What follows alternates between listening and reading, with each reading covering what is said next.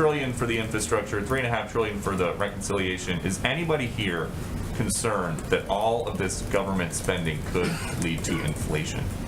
Well, as you know, we take inflation incredibly seriously. It's, of course, under the purview of the Federal Reserve.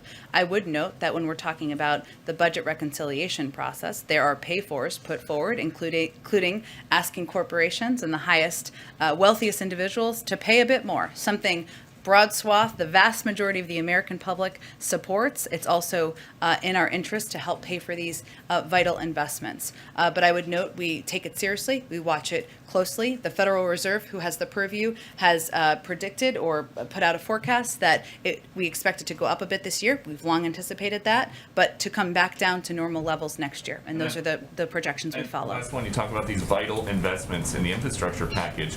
If it is so vital, then why is the president okay waiting for the House to take it up until reconciliation is done? Why not just ask Speaker Pelosi, we need to do this, these bridges are crumbling, people need clean drinking water now?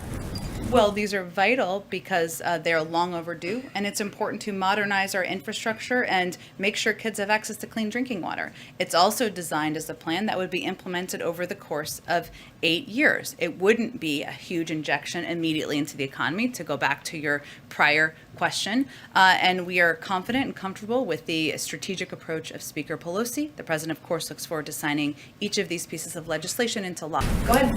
I know the president isn't weighing in on legislative sequencing at this point in time, but there was a letter sent by a group of House Democratic moderates, basically calling on Speaker Pelosi to take up the infrastructure bill now, saying he doesn't have time for a delay. What is the president's message to those moderates regarding sequencing, but who are right now feel like this needs to move immediately? His message is that he remains committed to passing each of these pieces of legislation on dual tracks, that he is going to work in lockstep with Speaker Pelosi, just as we have worked in lockstep with Leader Schumer successfully over the last several weeks and months to get this done. And he is confident in the leadership, the strategic approach of Speaker Pelosi, and looks forward to being her partner in the weeks ahead. And then one more, Leader McConnell has made very clear over the course of the last couple of weeks that he doesn't believe any Republicans will vote for a debt ceiling increase. Does the president believe he's bluffing on that? Well, I think for those of you who have followed this quite closely, those of you who have not followed this quite closely, let me actually provide you some additional details of context, and then I'll come back to your good question. Congress has raised or suspended the debt limit approximately 80 times.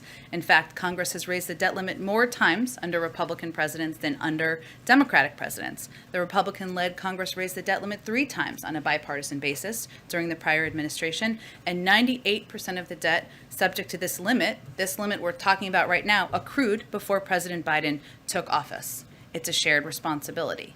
I'd also note that during the Trump years, former Majority Leader McConnell himself said that failing to raise the debt ceiling was unacceptable because it would cause unforced harm to our economy and kill jobs. So our view is that Congress should move forward, as they have multiple times, 80 times in the past, 3 times during the Trump administration, to raise the debt limit.